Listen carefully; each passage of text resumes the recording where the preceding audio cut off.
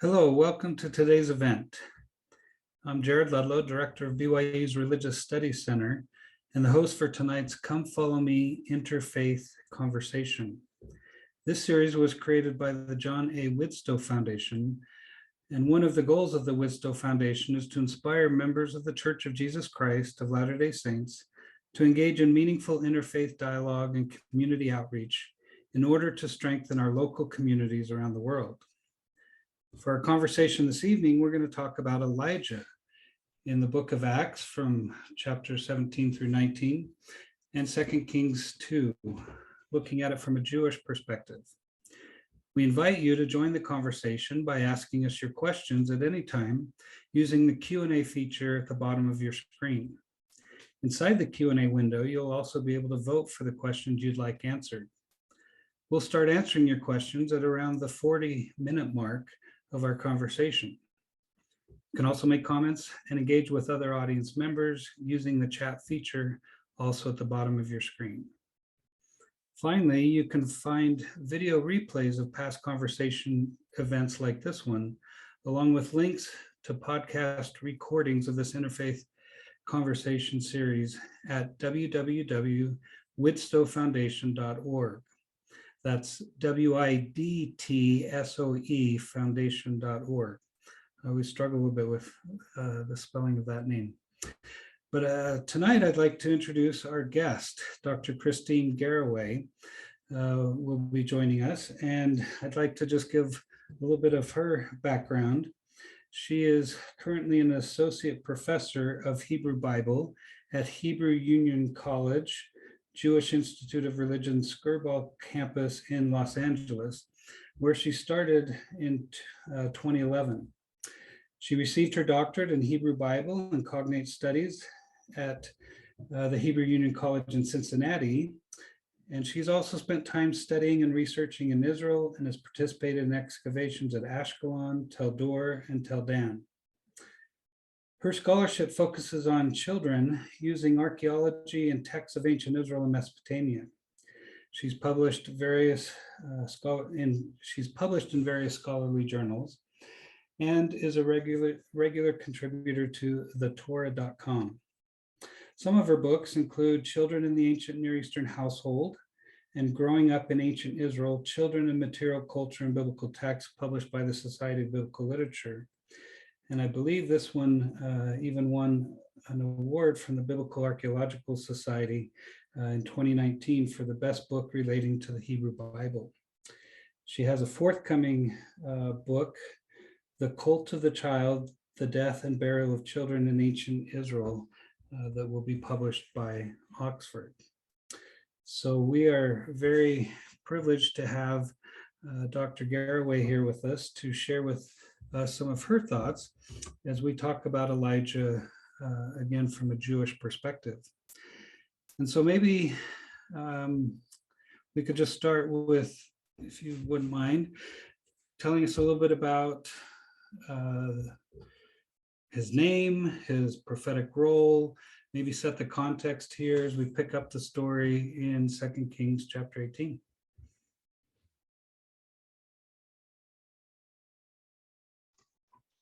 I've been doing online for how long now? And I had myself muted. There we go. Sorry about that. But thank you, Jared, for that lovely introduction. And thank you also to the Widtsoe Foundation for hosting these dialogues. So Elijah is, one of my favorite, I would say, biblical characters. He's important for a lot of different reasons, but I guess I want to start out by talking about what his name means. So Elijah, so in two fragments, Eli meaning my God, and then the Yah coming from Yahweh, which is God's personal name. So his name is actually like a theological statement. My God is Yahweh. And this becomes incredibly important within the narrative arc because Elijah, or as we call him in Hebrew, Eliyahu, is operating in a world where there's many different gods. And Jewish tradition is very aware of this, multiple God contexts. And even we have recorded in our liturgy, we sing the crossing of the Red Sea when the sea parts, and we sing Mi chamocha ba'alim Adonai, who is like you, Adonai, Yahweh, among all the other gods. So this notion that Elijah is proclaiming his God, his El, his God as Yahweh, is important. And it also is very important for his entire biblical narrative, because he's facing off and operating in a world where there's a bunch of prophets of the god Baal. Now, the god Baal is a Canaanite god and appears all throughout the southern Levantine area, from modern day Lebanon and modern day Syria down into modern day Israel. So this god Baal is known to be a weather god. He's the god of thunder, he's the god of lightning. He appears in the heavens and the clouds, and there's a lot of different Baals. You could have your city Baal, you could have your personal Baal, you could have, Baal just means Lord. So there's, this multitude of gods that are out there. But in Elijah's case, he comes into the narrative abruptly. So everything Elijah does is very theatrical. 1 Kings 17 introduces us to Elijah, and it introduces us to him in a very dramatic way. So I'm just going to read for you. Chapter 17, verse 1. Elisha the Tishbite, an inhabitant of Gilead, said to Ahab, "As the Lord lives, the God of Israel, whom I serve, there will be no dew or rain except at my bidding." So Elijah bursts onto the scene, and the first thing he does is confront the king. And this sets them up as sort of this adversarial role, where Elijah says there's not going to be any rain, which is then going to lead to famine. So that's how he comes on the scene, and he does some other works. But in chapter 18, especially starting in verse 20 and following, we get the showdown between Elijah and the prophets of Baal. And it's like an ancient contest of whose God is better. And so Elijah sets up this task, and he says, okay, we're going to do a sacrifice. So you chop up your cow and set it on your altar, and I'll chop up my cow and set it on my altar. And here's the kicker. We can't use fire to light the sacrifice. The God who is actually God will light the fire to start the sacrifice. And this is where things get kind of silly, because I think sometimes we read the biblical text and we miss the ancient writers' sense of humor. And this is a place where I think we see their sense of humor. And they're playing up a little bit with Elijah. And in chapter 18, verse 25, Elijah notices that the prophets of Baal, they're not doing so well in this competition. And he says, "O Baal, answer us," is what the prophets are saying, but there was no sound and no one responded. So they started doing a hopping dance about the altar they had set up. When noontime came, Elijah begins mocking them. So here we get, if you think trash talk on like basketball courts and things is new, no, ancient. Elisha says, "Shout louder. After all, he is a god. He may be in conversation, or maybe he's detained, maybe he's on a journey, or maybe he's asleep and will wake up."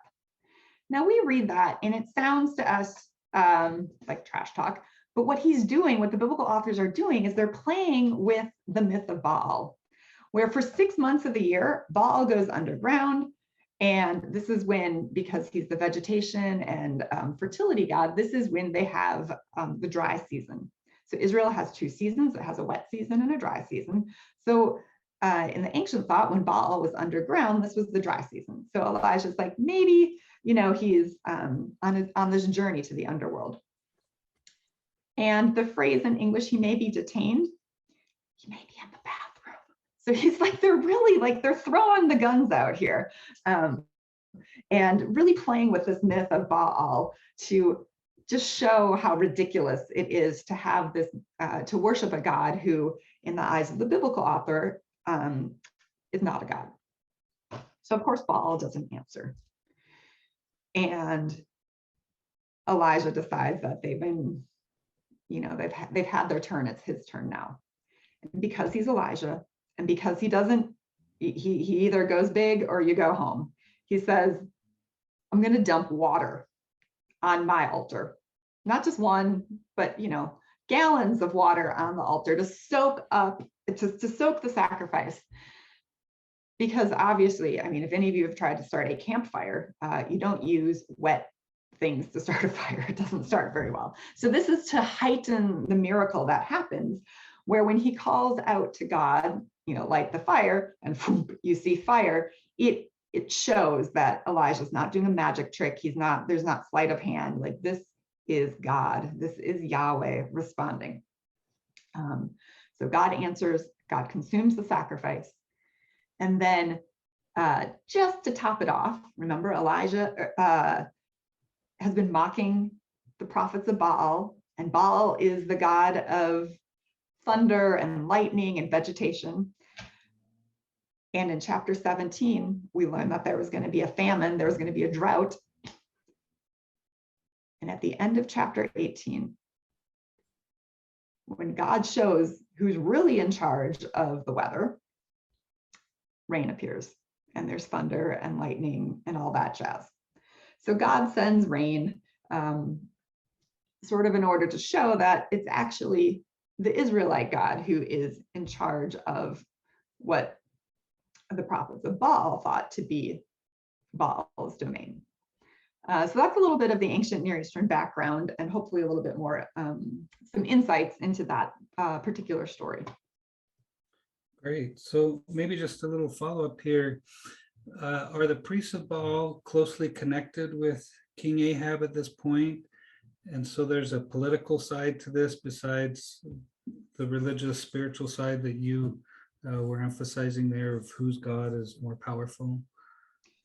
Yeah, the Israelite king Ahab has married a Phoenician princess, so read foreign princess, and she brought with her foreign gods.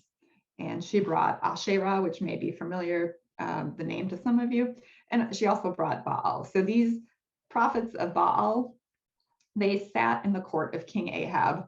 And so, yeah, absolutely, there's also a political, socio-political rivalry going on, where not only is Elijah saying theologically my God is better, but also you are the king of Israel, you should be leading the Israelites in the right direction under the right God. It's yeah. Great. And so I guess Jezebel shows up a little bit in the next chapter, right? When she's trying to take out Elijah. Is that also where he has an experience with God and this thunder and earthquake and all of that? Do you want to maybe elaborate a little bit on that account? Or? Yeah, sure. So in chapter 19, it starts, so remember, like, Elijah has just done this amazing miracle. He's, shown off big time. And you might, it's as if you might think, like, well, is he the superhero in the narrative? Are we lifting up Elijah? But the very opening of chapter 19 reminds us that it's God and it's not Elijah who has done these things. We read, and how does it tell us that? We read chapter 19, verse 1, when Ahab told Jezebel all that Elijah had done, how he had put out all the prophets to the sword, so he killed the prophets of Baal, Jezebel sent a messenger to Elijah saying, thus and more may the gods do if by this time tomorrow I have not made you like one of them. So she puts a death threat out on him. And rather than, sort of riding this high on this amazing miracle that he has just facilitated, we learn that Elijah's he's really just a human being being used by God, because his reaction is not, oh, well, I'll just take Jezebel down and I've got God on my side, no big deal. But verse 3 says, frightened, he fled at once for his life. So his immediate reaction is a very human reaction, one we could probably relate to if someone said, there's a death threat out on you. the queen is out to kill you. He runs away, which in light of what we've just seen in chapter 18 seems almost like a completely different character. But I think we can understand this, that the authors are really trying to show us that it wasn't Elijah who did this, it was God. I think this really focuses on the humanity of Elijah. And in his journey where he's running away and, a little bit like Jonah, casting off his prophetic ministry that he had, he's like, I'm done, enough. He says, I want to die, I'm done. And he crawls under a bush. And then there's some miracles where he's fed. And he goes into a cave. And it's here in this cave where he has an intimate encounter with God. Chapter 19, verse 9, the second part says, the word of the Lord came to him, Elijah. The Lord said to him, why are you here, Elijah? He replied, I'm moved by zeal for the Lord, the God of hosts. For the Israelites have forsaken your covenant, torn down your altars, and put your prophets to the sword.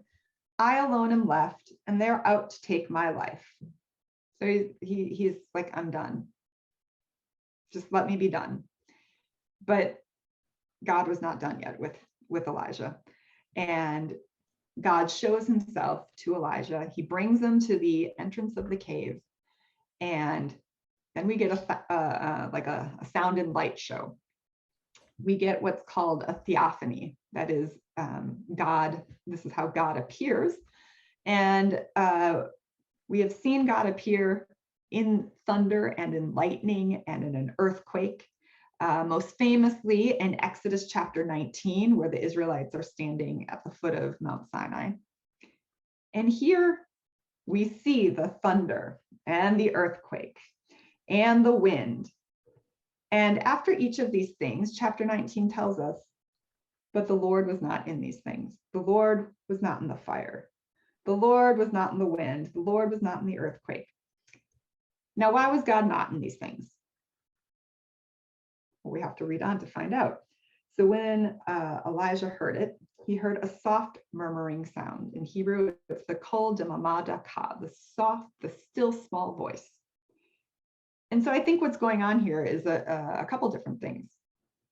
First, lest you think that this God whom Elijah had called upon to bring rain, to consume the sacrifice, was actually Baal, the god of thunder and lightning and all that jazz. It tells us in chapter 19 that God is not in any of these natural things that we might associate with Baal, but instead God chooses to appear here in a way that Baal cannot appear, which is the still small voice. And we also learn something. God is revealed in this way, so that we learn a little bit more about God here, that God doesn't always have to appear in big flashy things, but can appear in that still small voice that we hear. So that's something Jews focus in on, that experiences that the patriarchs and Israelites had a long time ago, where God appears in dreams, or God appears in nature and lightning and thunder and these grand shows. Doesn't really appear so much like that today, but where does God appear? God appears in the still small voice that we, if we let ourselves, can hear him. Yeah, sometimes we want the dramatic Right. manifestations, and often it's these more quiet moments that we can, feel the presence of God and of his power and so forth. And so, yeah, that's certainly demonstrated here in his experience. Now, I noticed in verse 13, at least in our translation, and maybe just real quickly, some people might wonder, so what kind of version do you read from when you read the English text there? What are you reading from? I'm reading from the new, it's the Jewish publication, so it's the Jewish Study Bible. It's this version, in case you're wondering. So it's the new Jewish publication society.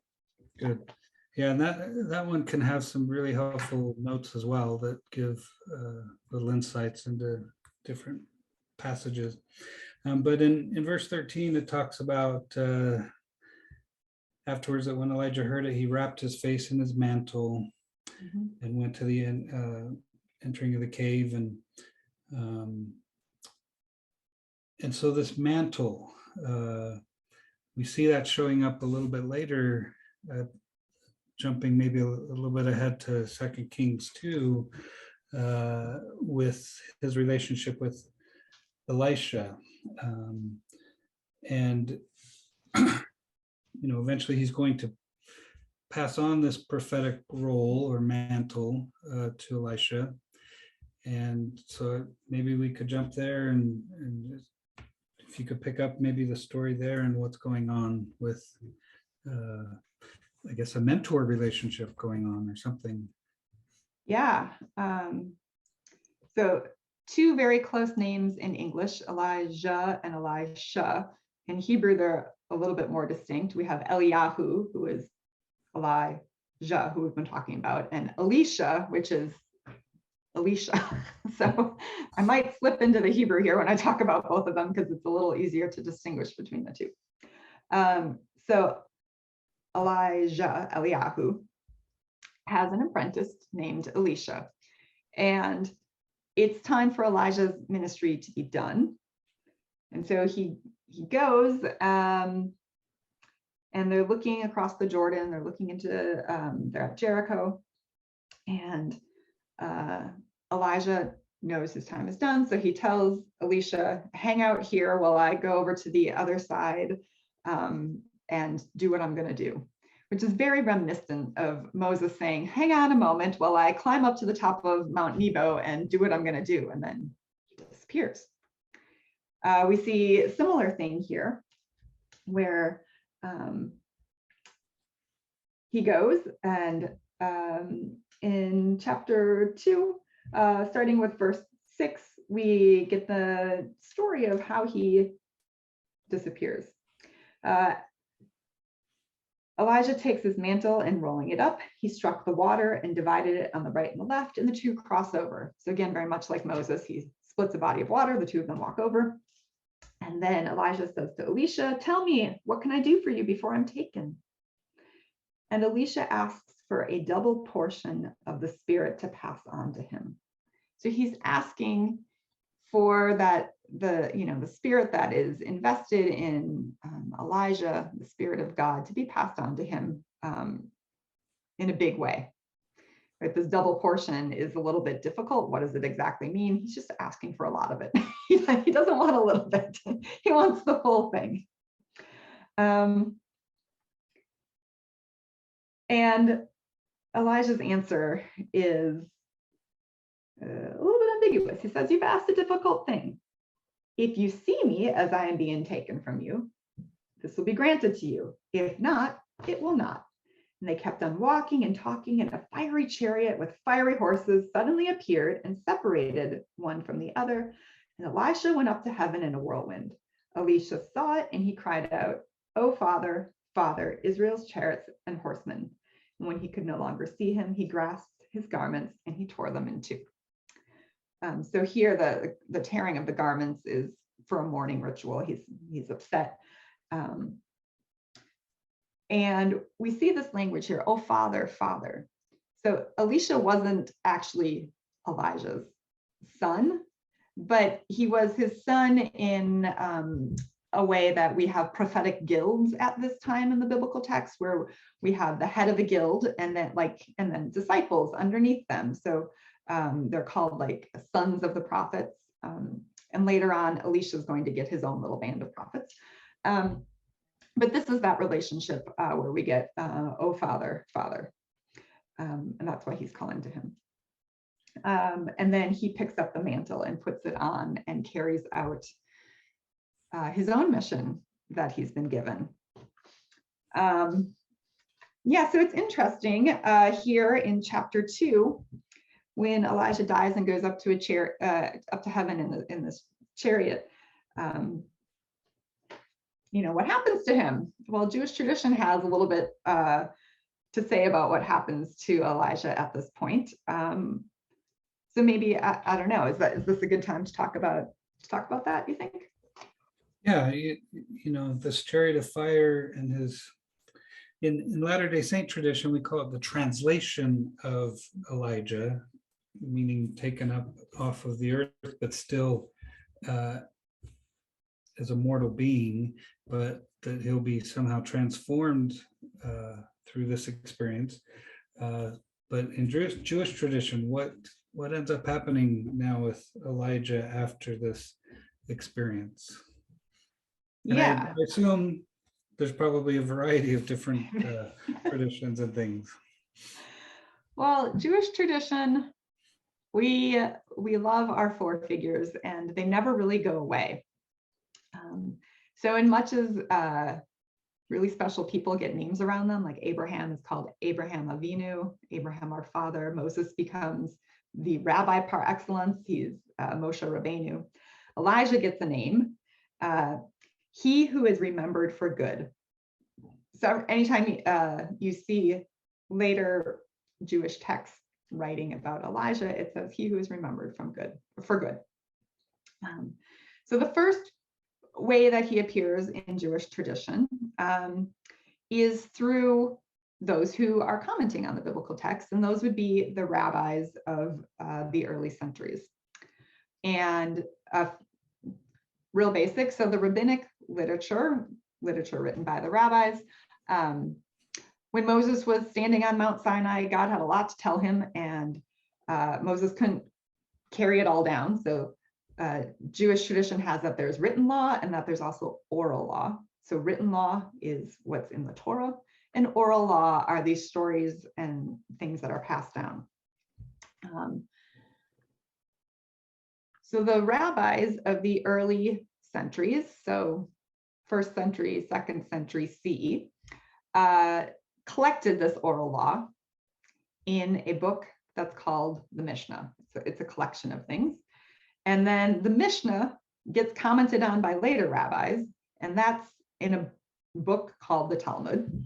And so it's within these early traditions in the Mishnah and Talmud that we see things about Elijah.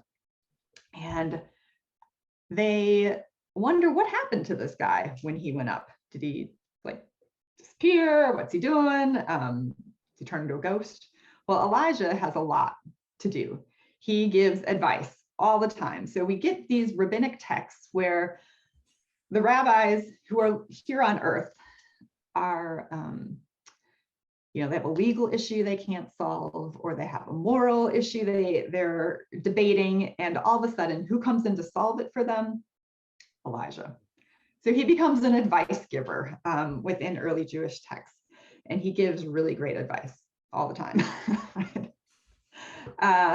So he appears there. He also appears and is understood to be the forerunner of the Messiah. So in Christian tradition, as I understand, this would be the John the Baptist figure who then ushers in the coming of Jesus as Messiah. In Jewish tradition, it's a little different.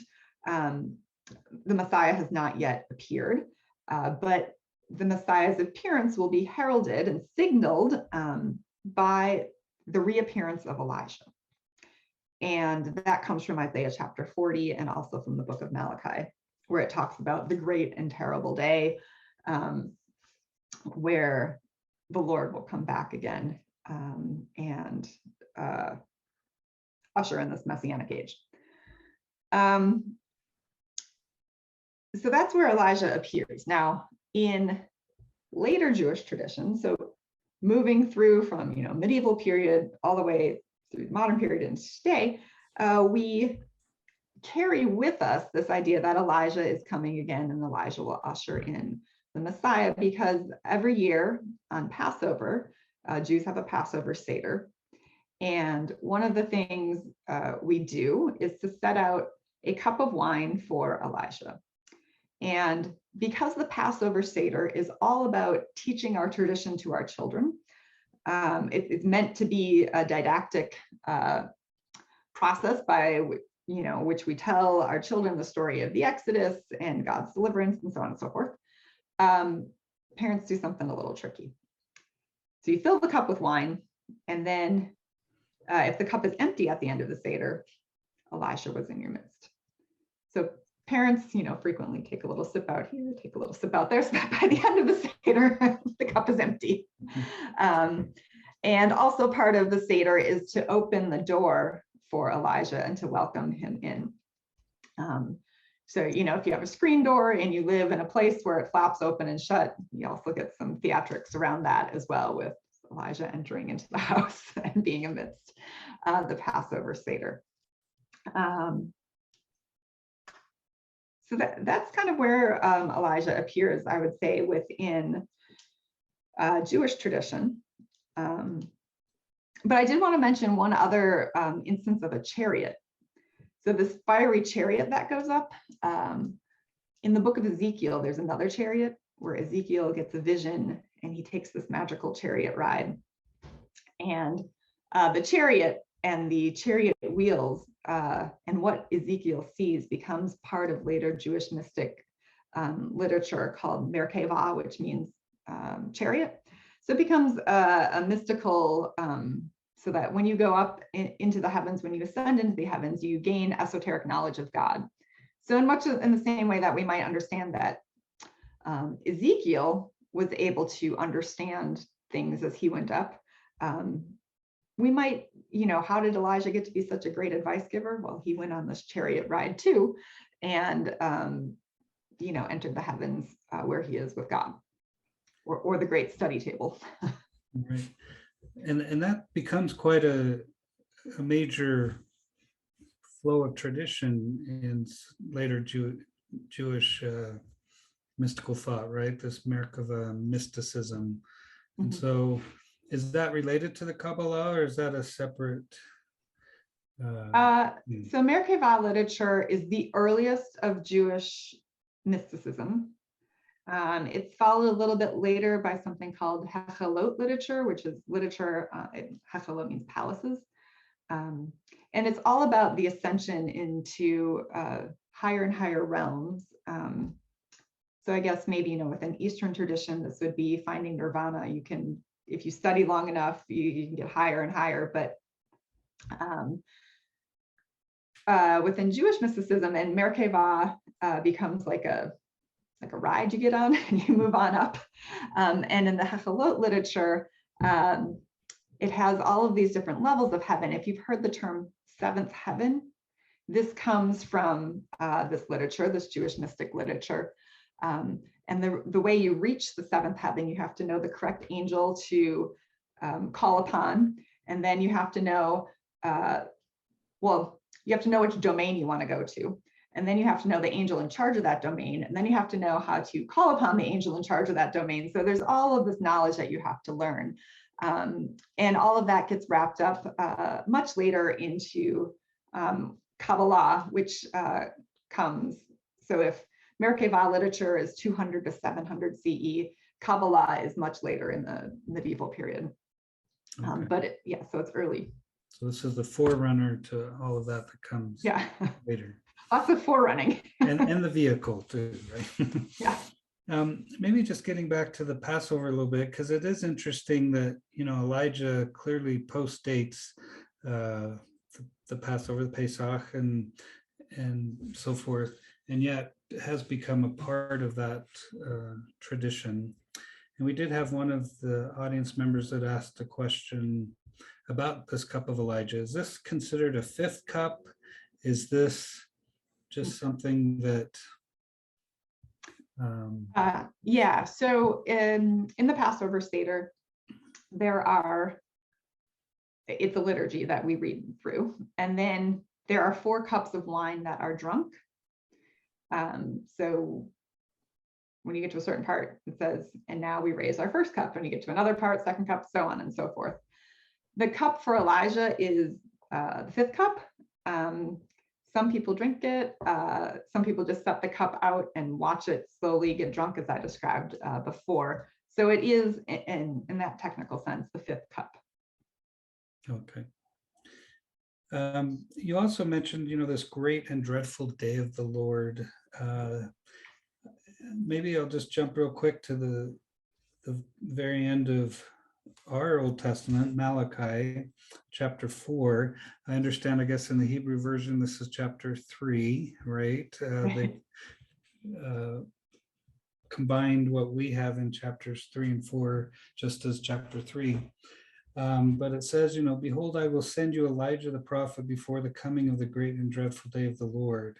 And he shall turn the heart of the fathers to the children and the heart of the children to their fathers, lest I come and smite the earth with a curse. And for Latter-day Saints, this verse plays a prominent role in looking at family history and connections and genealogy, and appreciating those who have come before and trying to teach our children of these beliefs and traditions so that they can carry them on. Is there anything else from Jewish tradition that this passage might conjure up or something? Yeah, we don't use this for any theological tenets per se in Jewish tradition in the same way that it's used in LDS tradition. But this idea of reconciling parents with children and children with parents, I think is also a way of pointing to sort of apocalyptic, it's part of apocalyptic literature. So the turning over of the order of what was to a new order, making sure that, there's peace in the land. So at least from a Jewish theological perspective, it would be pointing more towards what the earth will be like on that day, which also means that leading up to that day, no one's getting along, which is kind of a sad thought, right? So the day of the Lord, appears in many different places throughout, for Jewish tradition, throughout the prophetic texts, the Nevi'im corpus, and is both something that we are to hope for, but also at the same time, it sounds really terrible, and awful, because it's going to overturn the current order in order to start anew. So it's always interesting teaching about the day of the Lord, because you got to get through some bad things in order to get through the good things. That's right. That's a good point.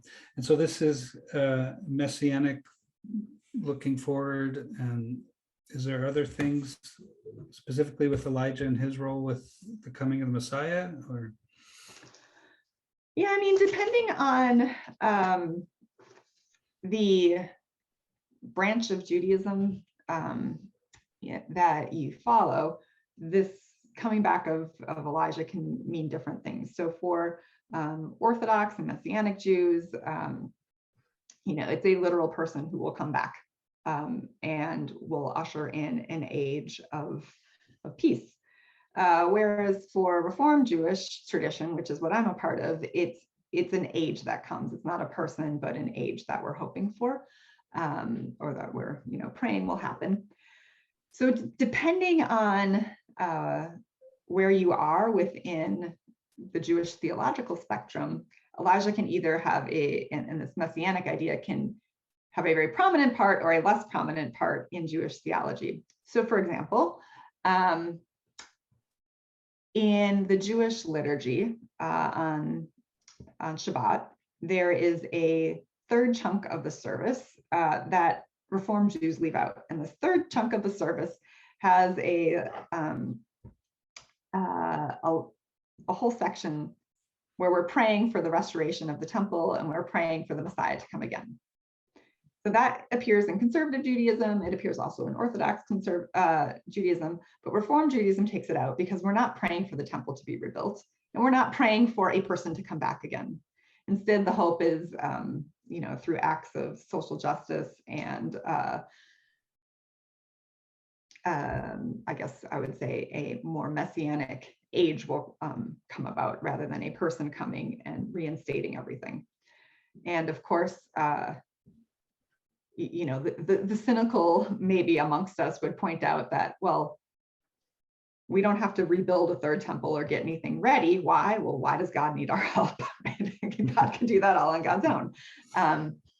So that's a little push and pull. So it really depends on, I would say, the branch of Judaism that one is in as to how important Elijah or the ushering in of the messianic person or age is.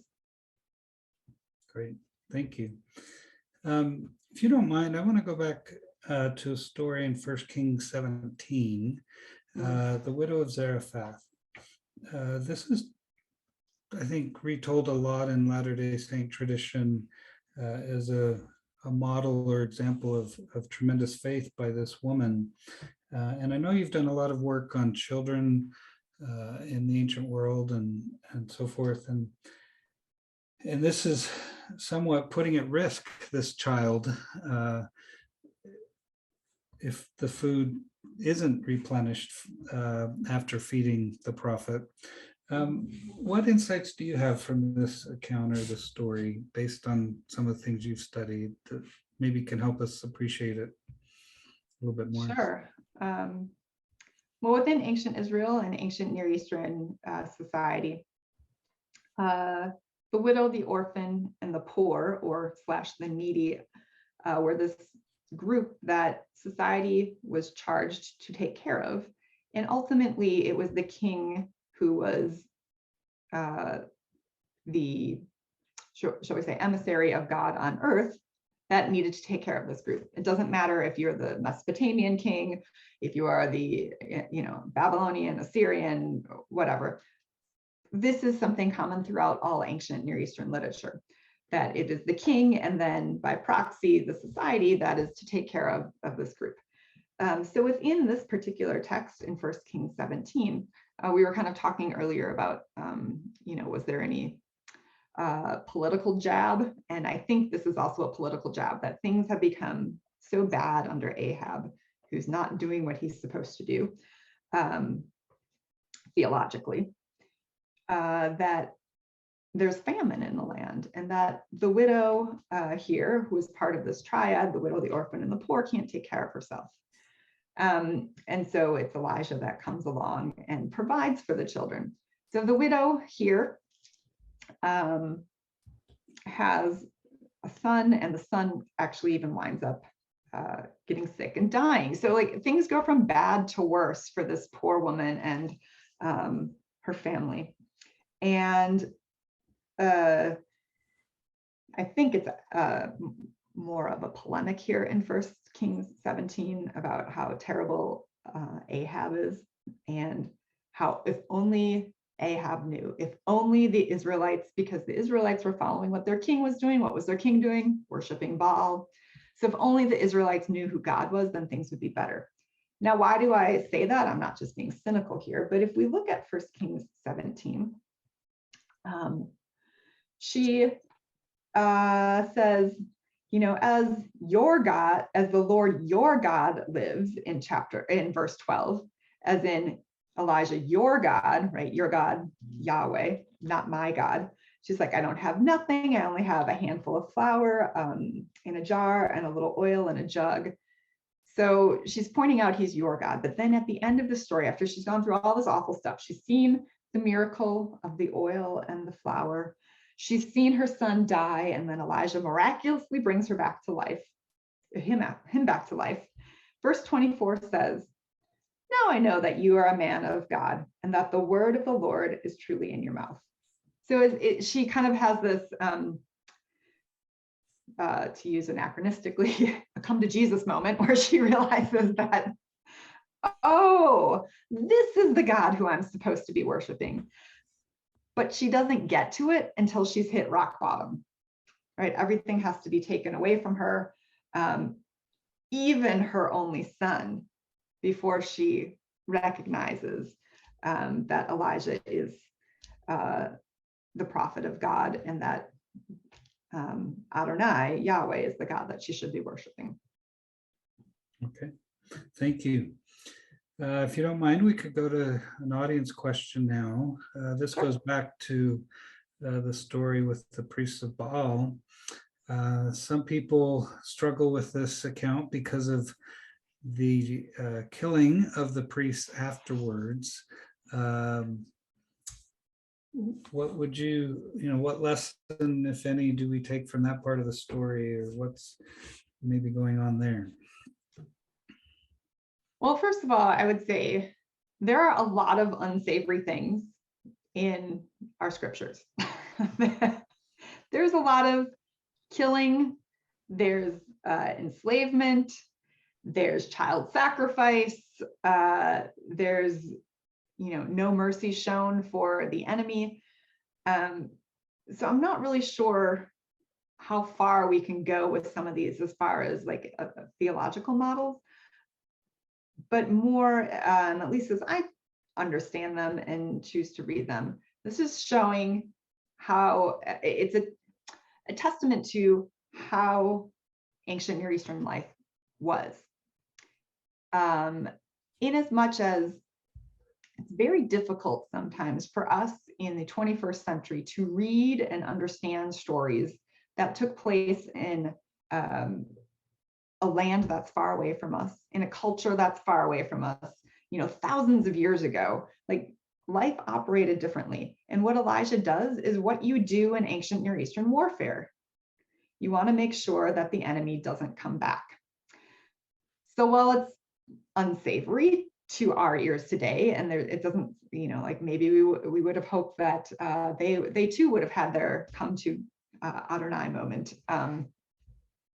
What we see is really a testament of how ancient Near Eastern warfare worked. And this was a war. This was Elijah against the priests of Baal. And I don't know how much more we can say beyond that.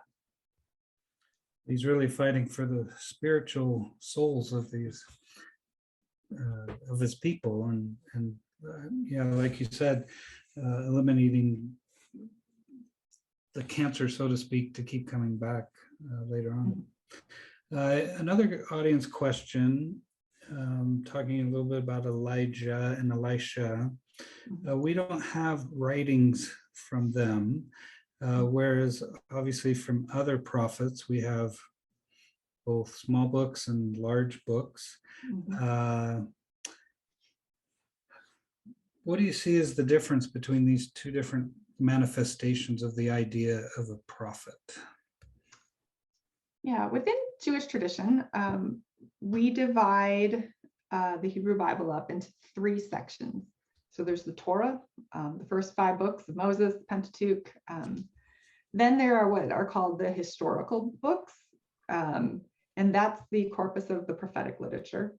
And then we have what are the writings, and these include things like Psalms, Proverbs, Ruth, Job, Daniel. What am I missing?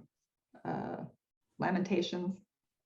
But within this prophetic corpus, the Nevi'im is what they're called, within the historical writings, we divide them up between former prophets and latter prophets.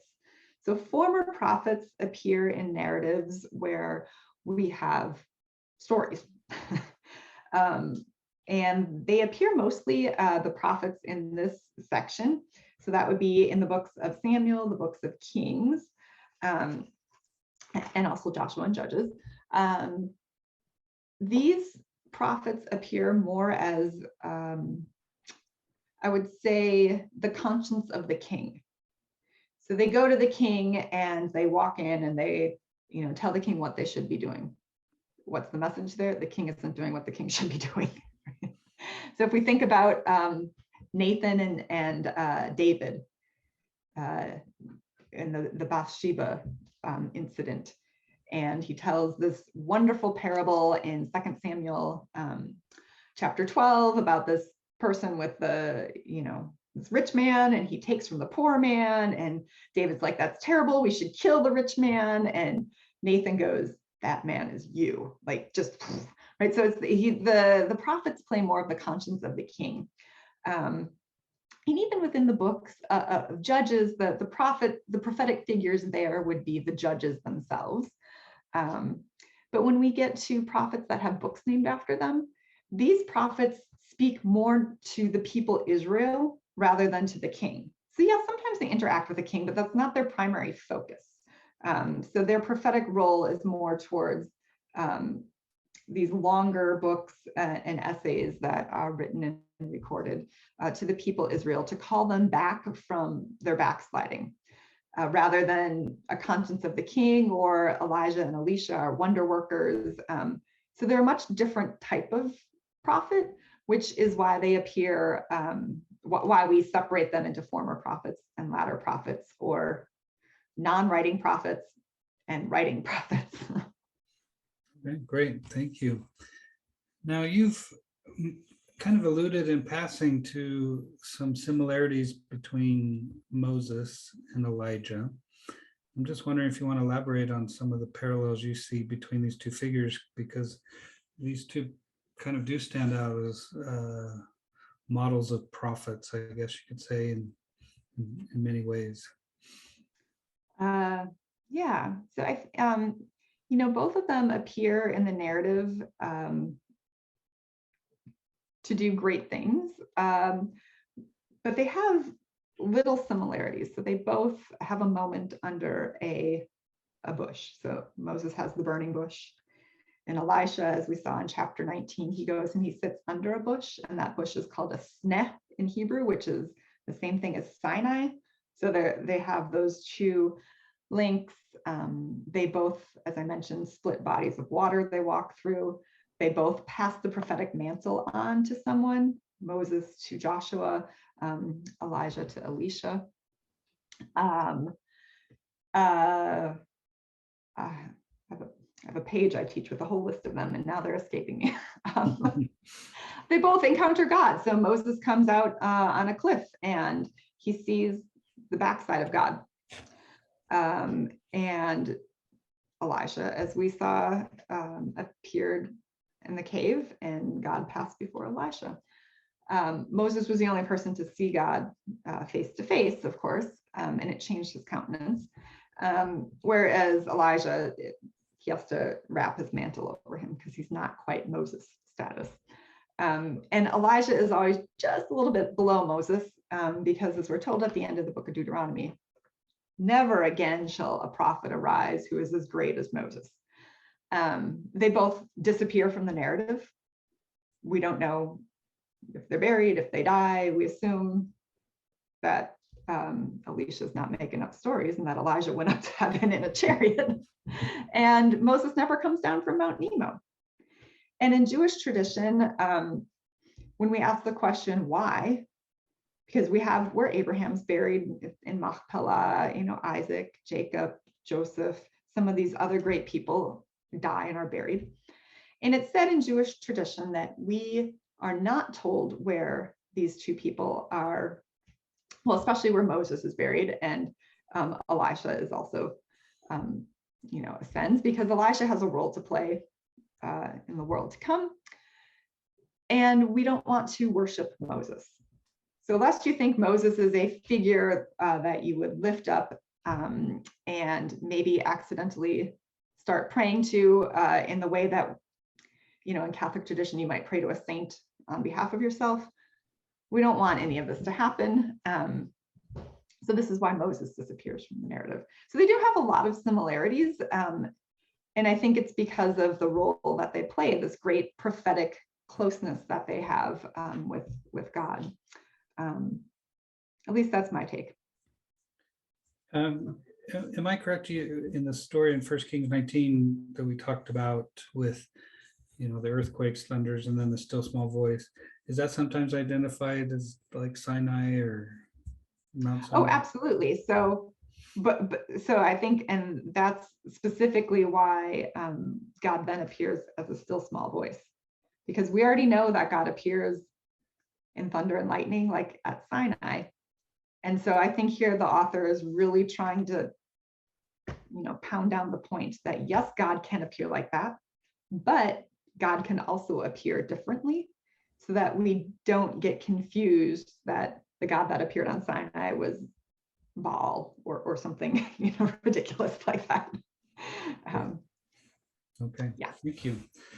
Well, we're coming to the end of a very stimulating hour. Appreciate all of your expertise in these areas. I failed to mention at the beginning that Christy and I both participate in a Jewish Latter-day Saint academic dialogue group that's been going on for several years. And so through that process, we've gotten to know each other and some of the other members of this group with, looking at both Latter-day Saint and Jewish tradition of different scripture stories and topics and things. And it's been great to have Christy there to help us understand a lot of different aspects. And we cross paths sometimes at conferences and things, even as far away as Italy and things. And so really appreciate all of your expertise in many different areas. And thank you for taking the time to share with us tonight. And I'd like to also thank all those who have been joining us, and those who asked questions, and those who listened. And we hope that many others will have the opportunity to watch the recording later on. But thank you for joining us for our Come Follow Me Interfaith conversation with Dr. Kristine Garroway. As I mentioned earlier, you can rewatch this event or listen to a podcast version of our conversation by visiting www.widtsoefoundation.org. The next conversation in this series will be on July 24th, and we'll discuss Job 1-3 and 38-40 with Sean Hopkin, who is the chair of Ancient Scripture at BYU, and special guest Dr. Sarah Emanuel. So please come back for that, and you can register for this on the Widtsoe Foundation website. So thank you again, Dr. Garroway, and for all of you listeners out there.